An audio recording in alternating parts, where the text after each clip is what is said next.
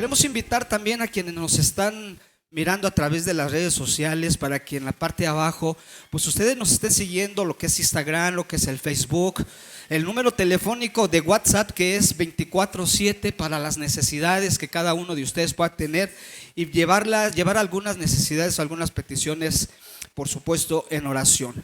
Hoy quiero platicarte de una analogía muy significativa que se encuentra en el primer libro de los Reyes, en el capítulo 21. Vamos a ir en el capítulo 18, primer libro de los Reyes, en el capítulo 18, versículo 21. Quiero invitarte para que ahí en ese pasaje de la Escritura, en uno de los versos, donde está hablando precisamente el profeta Elías.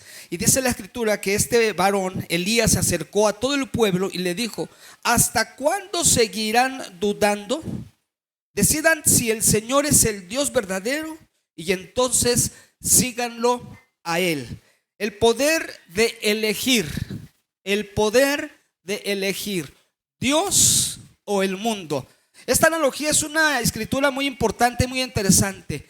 Habían ya pasado 3 años de sequías y Dios habla a Elías al corazón y le dice: ve con el rey Acab y entrégale un mensaje. Dile que va a llover.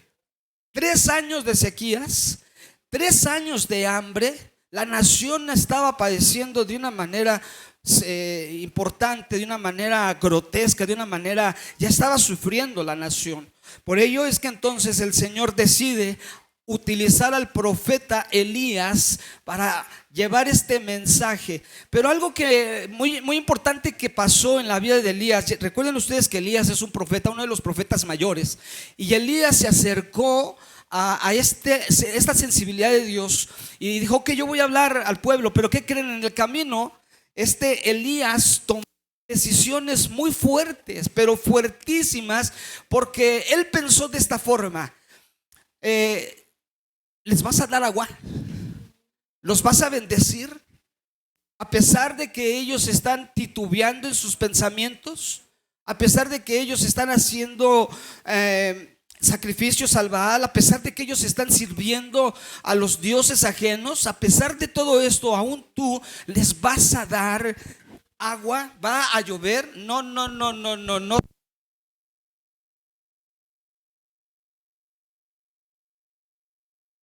Pues, y entonces lo que hace precisamente Elías es que le dice, ¿verdad?, a quién se encontró en el camino a este Elías. Porque recuerden ustedes, si ustedes se van conmigo, pero no ahorita, sino se van conmigo a su casita, se van a su casita y todo el capítulo 18 van a encontrar que Acab y Abdías se dividieron para buscar agua, porque se estaban muriendo los animales. Así que le dijo: vamos a buscar agua, vamos a buscar arroyos, vamos a buscar ríos, y donde encuentres tú vete por un lado y yo me voy por otro lado, y donde encontremos nos hablamos, y entonces ahí llevamos las ovejas. Pero en el camino Abdías se encuentra con Elías, o Elías con Abdías, como lo quieras ver. Y se espantó Abdías porque a Elías lo estaban buscando. Recuerden ustedes que Jezabel había mandado, estaba matando a los profetas. Jezabel estaba matando a los profetas. Y Abdías fue uno de los personajes sirvientes del rey Acab, que precisamente a él, como temía a Dios, como había sido y era un hombre fiel a Dios, él escondió a algunos profetas en las cuevas y les dio de comer y les dio de beber. De tal manera que cuando se le apareció el profeta, él se espantó mucho porque lo estaban buscando para matarlo. Y Elías, muy tranquilo, le dice: quiero que vayas con el rey Acab y le digas: lo quiero ver, aquí estoy. Y él se espantó tanto porque dijo: ¿qué tienes contra mí, Elías? ¿Por qué haces esto conmigo?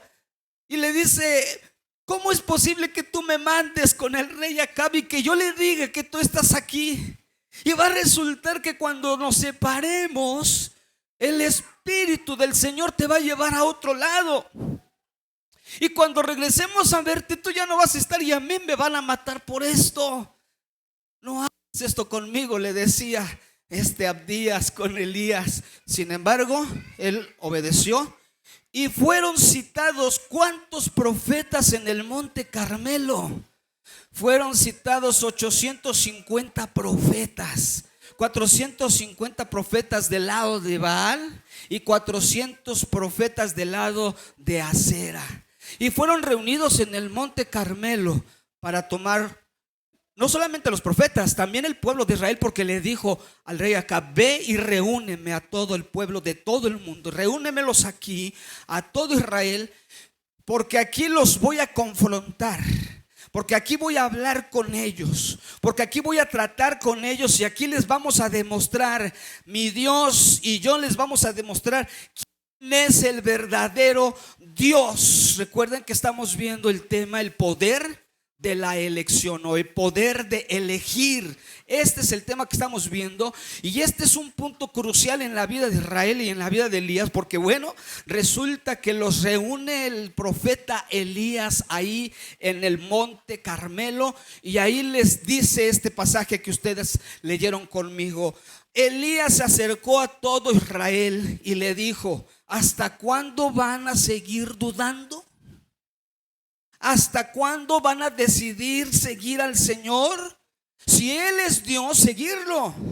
Y si el Baal es el Dios, también seguirlo a Él. Yo me quedé nada más con el punto suspensivo, que si Él es el Señor verdadero, síguelo a Él. Porque creo que esto es importante en cada uno de nosotros. ¿Sabes que la palabra elección o la palabra elegir tiene una connotación muy interesante? Porque tiene varias esferas y varias líneas en las que nosotros podemos entender qué es elegir.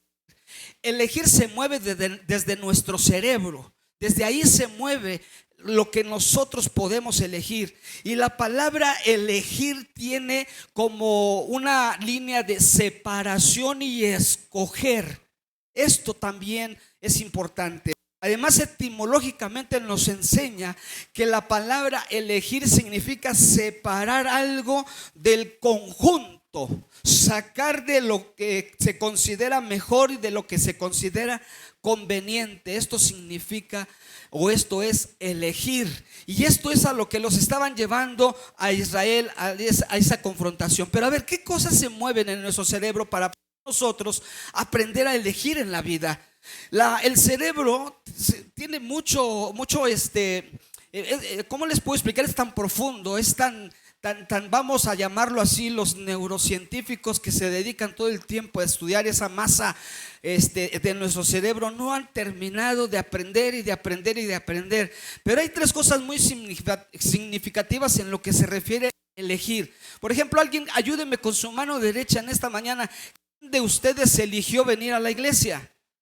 ¿Notan ustedes? Hicieron una elección. Eligieron ¿entre qué? Entre muchas cosas. Entre muchas cosas, entre varias opciones, ustedes tomaron una elección. Pero ¿qué creen? No nada más se quedó en ustedes la elección o elegir, también fue la decisión. Porque resulta que una es la intención, dos es elegir y tres es la ejecución o la decisión. Son cosas totalmente diferentes. Esto me gusta porque como estamos viviendo en la gracia hoy, porque como estamos viviendo bajo esa paciencia de nuestro Dios, pues entonces es importante saber que Dios nos tiene paciencia para aprender a tomar decisiones con respecto a lo que elegimos. Porque elegir no es decidir. Elegir solamente es analizar. Elegir solamente es mirar las opciones. De repente tú quieres comprar un carro y te vas al lugar donde venden los carros y empiezas a mirar los carros. Este es rojo, este es azul, este tiene sus llantas muy grandes, este es una máquina más pequeña, este ahorra gasolina, este es más cómodo, tiene estéreo, este tiene bocinas, este tiene vidrios polarizados. Y comenzamos a elegir entre muchos. Y después de que ya elegimos, entonces tomamos la decisión. ¿Y cuál es la decisión? Comprarlo. Pero en el punto de, no quiero que se pierdan de esto porque esto es importante. En el punto de elegir también tenemos una grande oportunidad. Nos podemos arrepentir, podemos cambiar de opinión en cuanto a la elección. Pero escuchen lo que le voy a decir. Pero cuando decidimos, ya no podemos cambiar de decisión. Porque la decisión es un verbo y la decisión es una acción. Cuando yo decido es porque ya ejecuté. ¿Está aquí conmigo? Pero cuando elijo, todavía tengo oportunidad de decir: no, todavía no firmo el contrato de la venta del auto. ¿Qué cree que siempre ya no lo quiero? ¿Está aquí conmigo? Pero una vez que usted pone la poderosa en el contrato y firma, entonces ya decidió.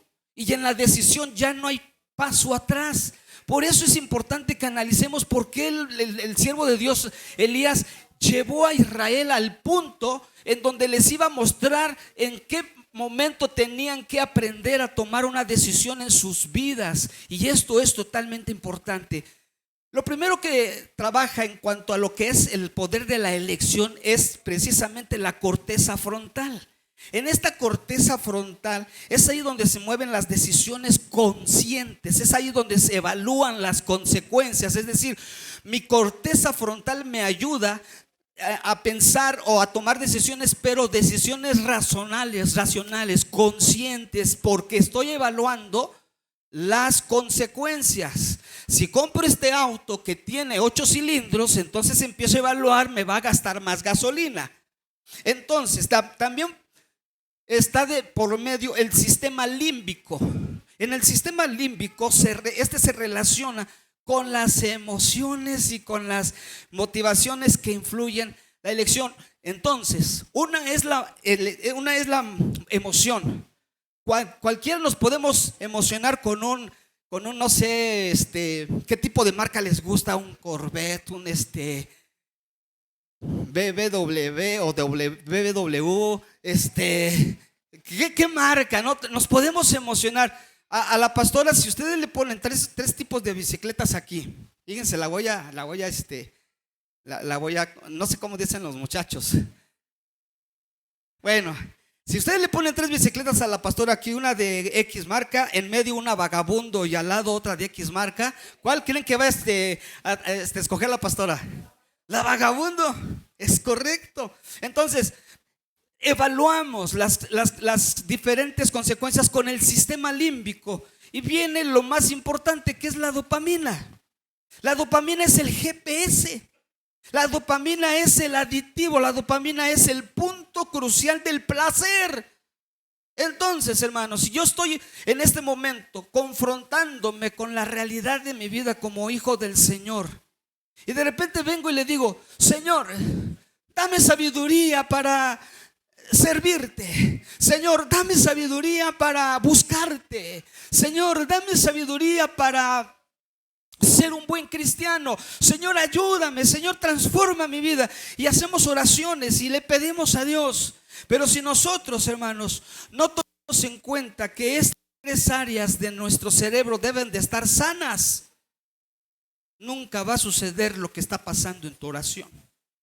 Porque tú debes tener una corteza frontal sana, equilibrada, para que aprendas a tomar, en cuanto a la corteza cerebral, para que empieces a tomar decisiones conscientes, para que empieces a tomar decisiones evaluando las consecuencias. Entonces ya empiezas a tener más conciencia del cómo y por qué voy a tomar una elección, o por qué voy a elegir qué y para qué voy a elegir qué.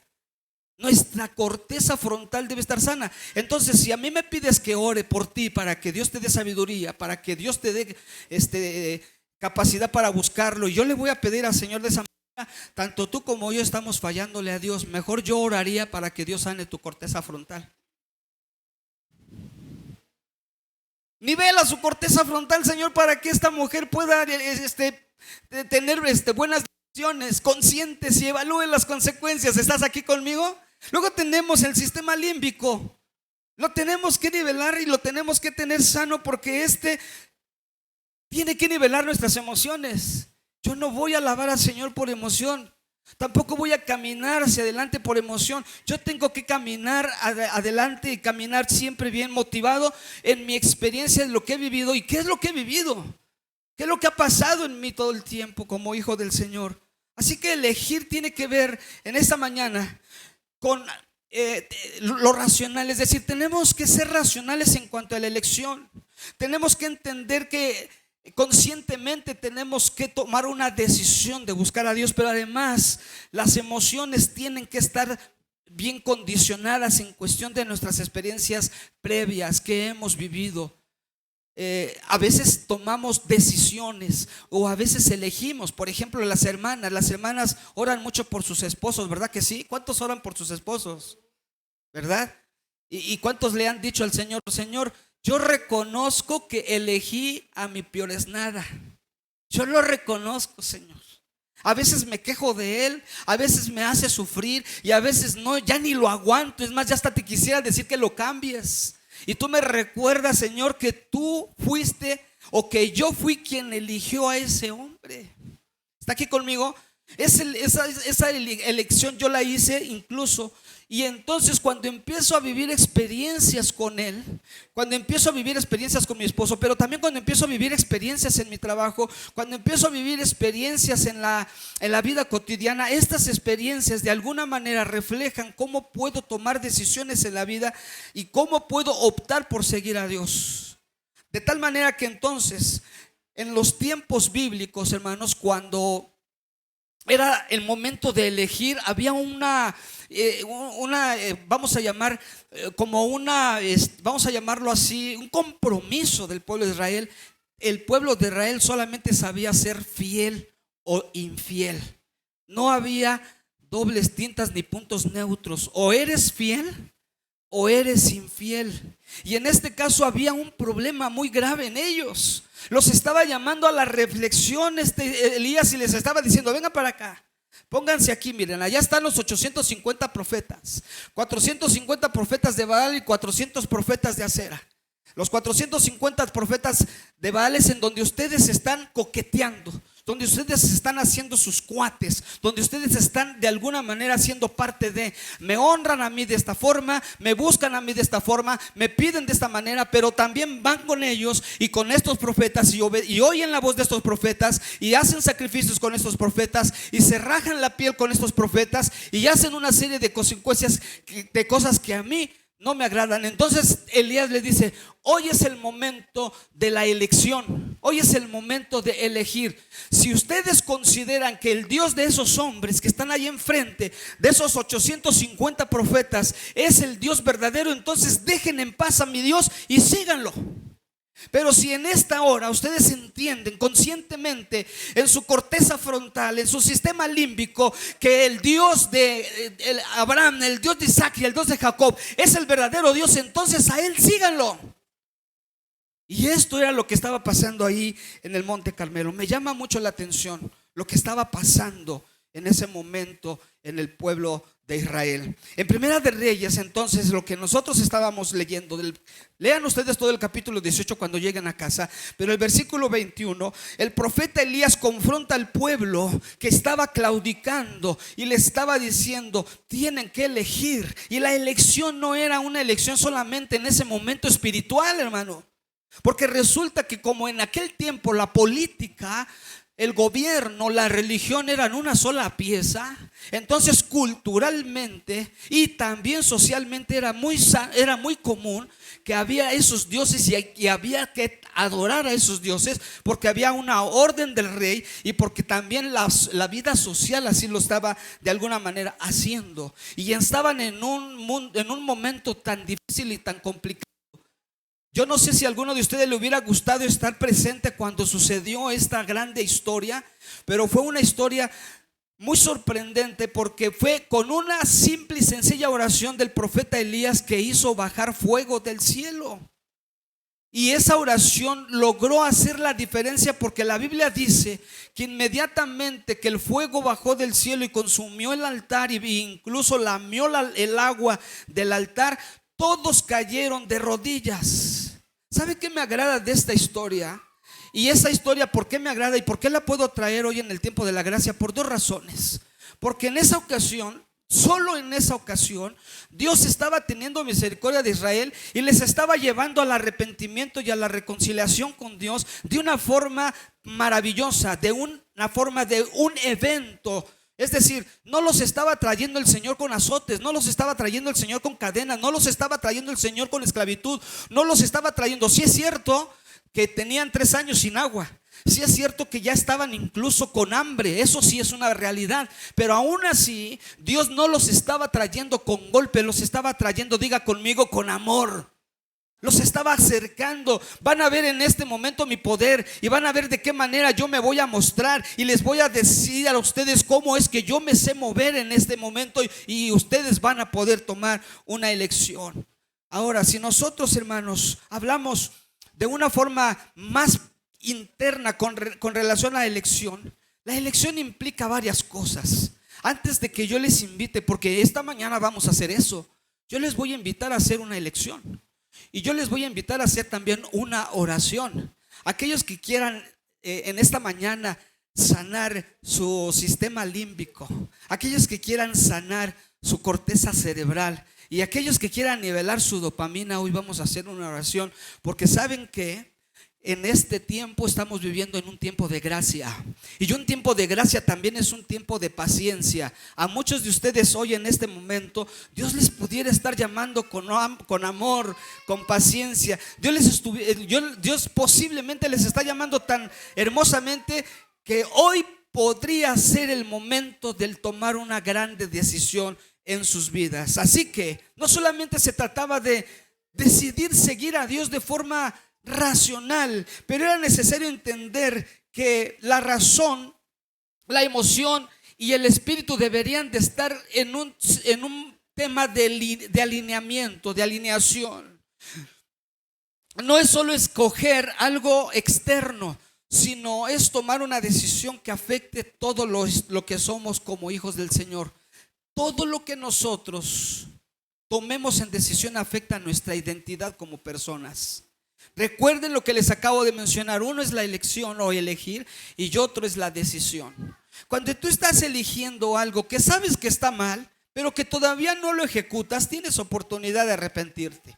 Ay, yo creo que voy a hacer esto. Eres hijo de Dios y estás eligiendo hacer algo que no es correcto. Todavía tienes oportunidad de cambiar de opinión.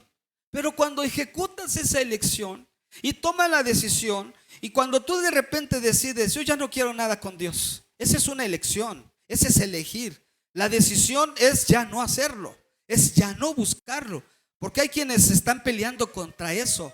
Hay quienes están luchando contra esa situación, esa ironía de que están en el Señor y no sienten nada, de que están aparentemente buscando a Dios y las cosas no cambian, las cosas no funcionan. ¿Qué está sucediendo? ¿Será que acaso, como en el caso de Israel, nosotros estamos titubeando en cuanto a una toma de decisión concreta? ¿Qué pasos dio el siervo de Dios Elías en ese momento que están formando parte de lo que hoy nosotros podemos tomar como elección? Pasaron muchas cosas, pero recuerde, cuando nosotros elegimos y tomamos una decisión, podemos trastornar nuestra identidad si la decisión fue incorrecta.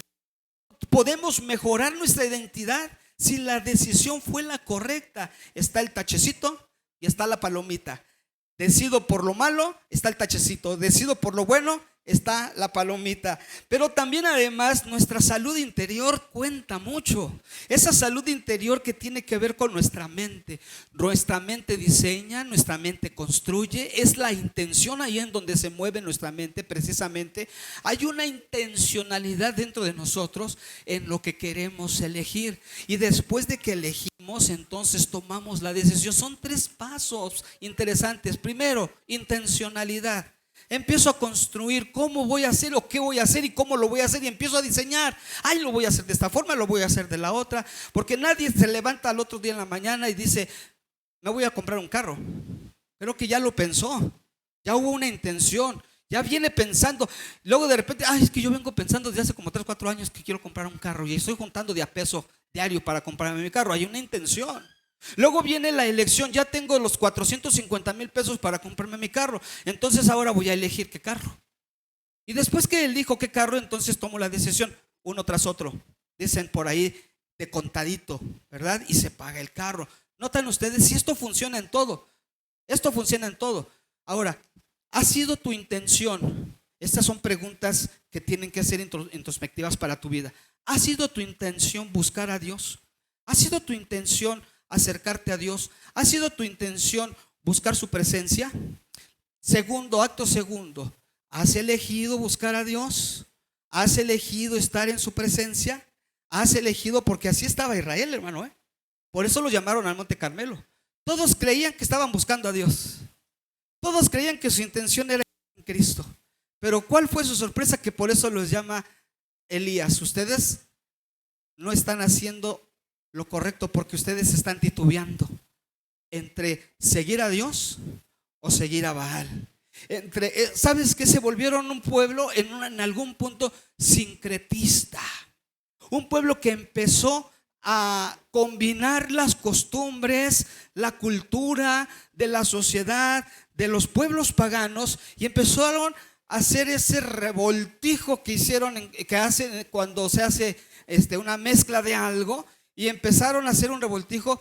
Adoro a Dios, creo en Dios, soy hijo de Abraham, de Isaac y de Jacob, pero también me llama la atención los profetas de Baal. Son chidos guanes esos profetas, como que de repente sí le atinan. Y eso a veces pudiera estar sucediendo en nuestras vidas, en la sociedad y en la generación que hoy estamos viviendo. ¿Qué aspectos entonces se involucran en la elección? La mente, el corazón y el cuerpo. Y tienen que ser hacia una dirección coherente y también hacia una dirección consciente. En la Biblia, elegir se presenta como un acto central. Hay tres cosas importantes con respecto en cuanto a la Biblia cuando se trata de elegir a Dios. Lo primero, y eso es algo hermoso que tenemos que llevarnos en nuestro corazón esta mañana. Según Deuteronomio 7:6, Dios nos eligió primero, a cada uno de nosotros. Y en el Evangelio de Mateo dice: tú no me elegiste a mí, yo te elegí a ti. Pero aquí en Deuteronomio capítulo 7 versículo 6, Dios le habla a Israel y le dice: yo te escogí a ti. Y le dice: porque tú eres un pueblo santo, porque tú eres un pueblo escogido, porque tú eres un pueblo al que yo elegí. Ese es el primer punto central en cuanto a la elección, hermanos. Yo me preguntaría en esta mañana, como hijo de Dios, si Él me eligió, ¿por qué no elegirlo yo a Él? Si Él me eligió, ¿por qué no elegirlo yo a Él? Y es ahí donde entra el segundo punto, el segundo aspecto. Somos llamados a elegir. Dígale a su lado: eres llamado a elegir. Y ahí en Deuteronomio 30:19, Dios le dice: yo te llamo para que escojas la vida y no la muerte. Yo te llamo para que escojas, para que elijas lo correcto y no lo incorrecto. ¿Está aquí conmigo?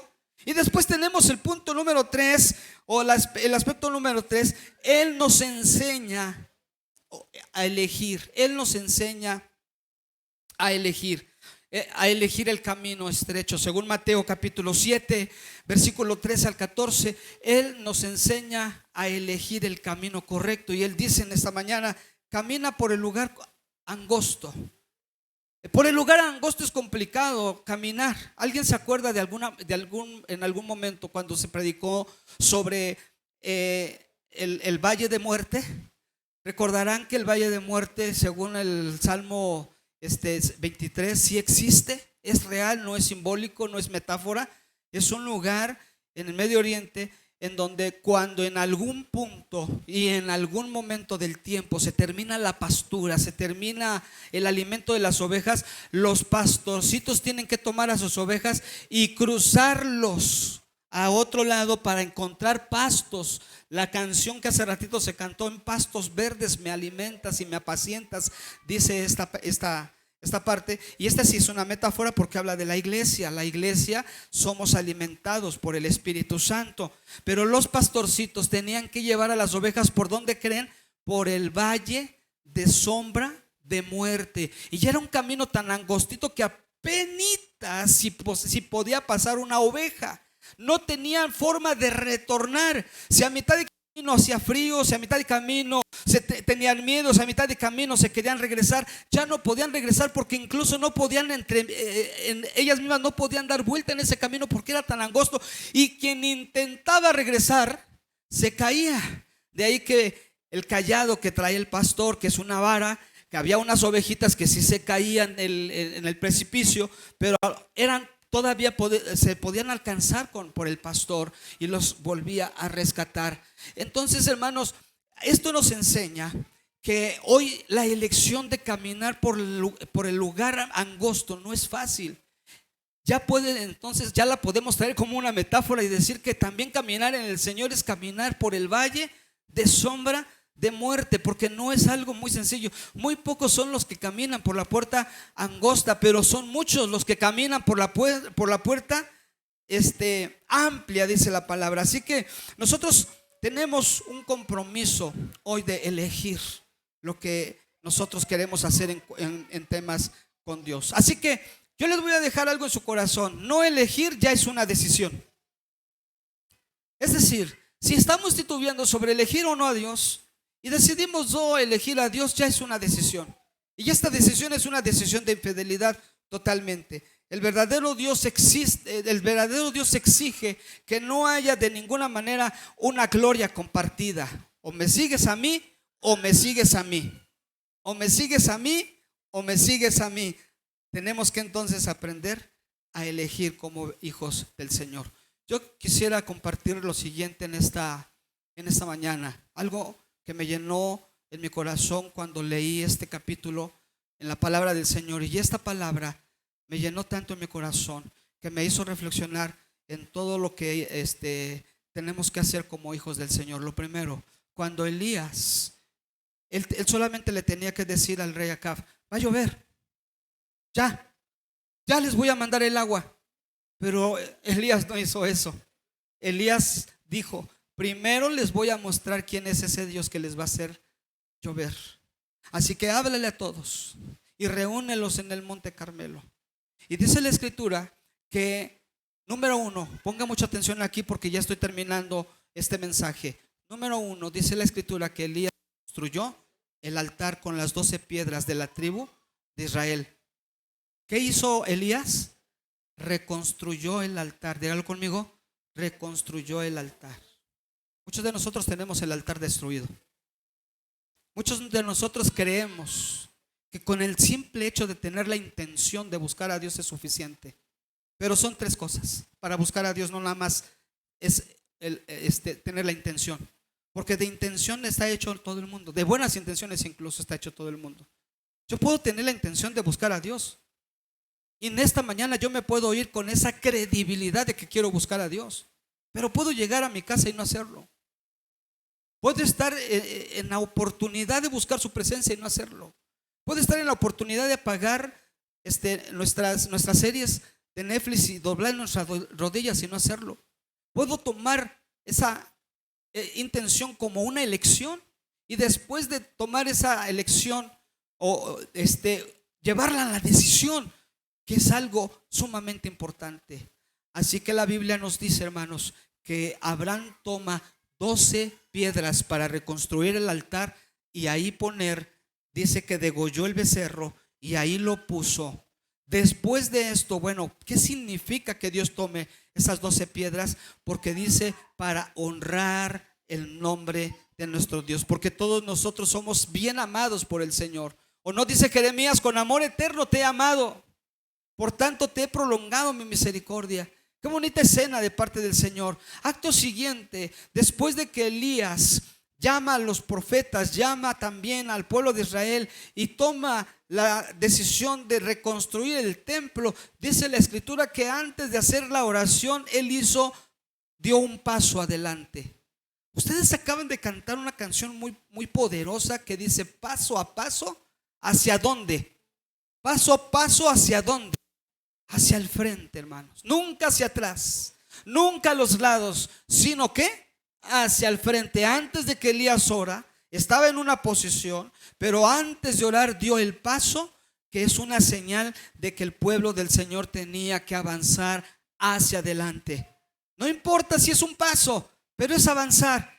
Aquí no se trata de cuántas horas podemos orar. Yo oro más que el pastor, o yo oro más que el líder, o yo oro más que el hermano. No, se trata de dar un paso. Si tenemos que ir ahora 1, 2, 3, 4, 5 minutos, media hora, es una decisión de estar buscando su presencia. Y después de ese paso que dio Elías para orar, dice la escritura que hizo una oración muy sencilla, muy práctica. Señor, muéstrales aquí quién es el Rey de Reyes y Señor de Señores. Muéstrales aquí a estos profetas quién es el verdadero profeta. Saben, hermanos, 850 profetas contra uno.